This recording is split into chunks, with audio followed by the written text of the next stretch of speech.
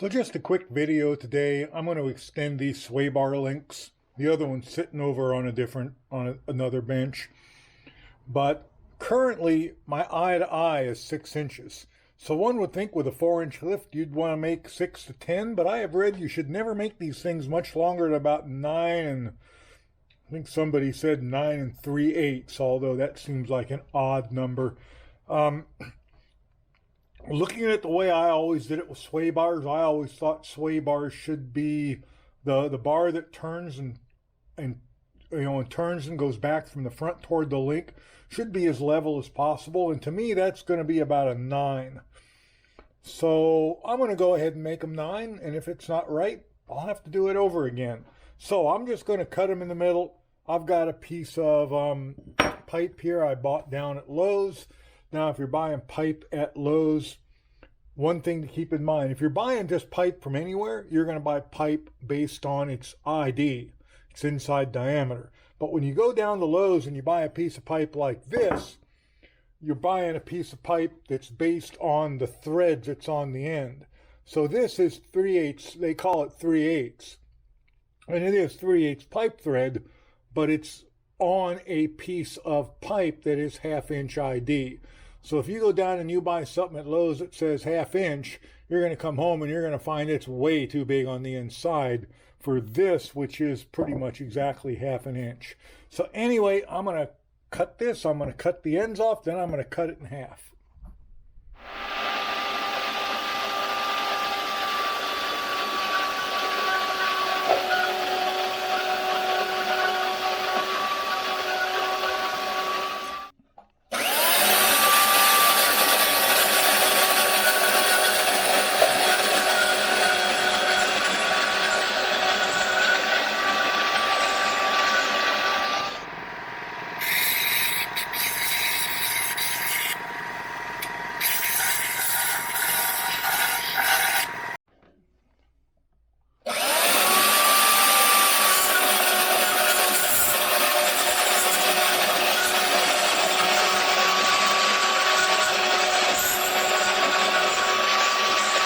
Okay, there they all pretty much put together. Really easy to do. The pipe was the perfect size.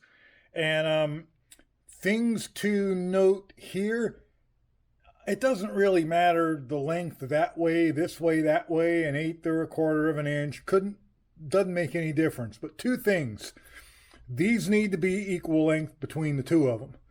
1/8 of an inch off might not make much of a difference, but much more than that, and you're going to have a hell of a time getting this thing back together. Plus, obviously, the eyes all want to be pointing in the same direction, because if one's pointing that way and the other's pointing that way, you ain't getting it back together. So let's go over to the welder and let's weld them up.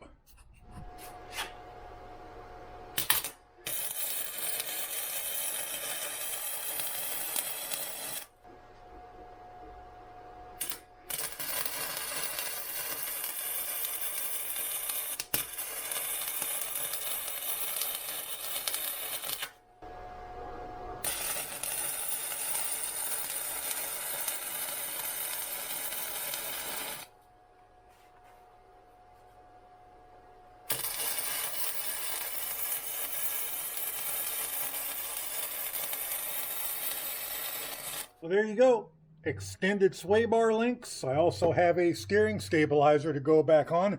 I hit that with a little bit of black paint just so it wouldn't be bare metal. Kind of got a bit of a threatening day here in Arizona today. Here I was expecting 100-degree temperatures, and I've got mid-60s and looking like it's going to rain. Little blue sky there though.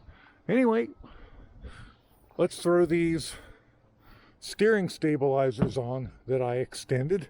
I finally managed to come up with the right bushings for it, and let's throw these things on. Okay, the sway bar links that I extended are installed. I'm very happy with the length. I was looking to get this part of the bar perfectly level, and I believe I got very close, at least close enough for me. Things worthy of note: the new sway bar link bushings are 2 pieces on each end. The originals are 1 piece. They're an hourglass shape, and you have to force them through the eye. These are just 2 cones, so you just stick one on either side. so you don't have the grief of having to find some way to force that hard rubber bushing through that eye, because the eye kind of has a V taper in it. So that makes that a lot easier. The steering stabilizer is in.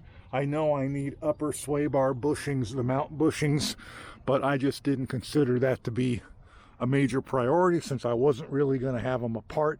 I can pick those up, or maybe try 3D printing them and see what happens. And I can pick those up and put those in anytime. It's just 4 bolts. So I think that's it for now. I am not going to be doing a test drive today. I realize I only put 3 gallons of gas in it, and I've been running it, so I'm probably going to want to put more gas in it before I even drive it around the block. And since it's still not licensed and insured, I am not going to do more than drive it around the block. But I would like to drive it a little bit just to get the springs to settle, so that when I come back and I measure for the new drive line or the drive line length, I know the springs will at least have settled a bit. And yeah, then I'm gonna cover it with a reflective tarp for the summer, because this is Arizona and we hibernate here in the summer, not the winter. And then come back when summer's over, and we'll get that drive line and get that pinion angle something more to my liking than it is right now. Anyway, hope you got something out of this video. Thanks for watching, and I'll catch you in the next one. Bye for now.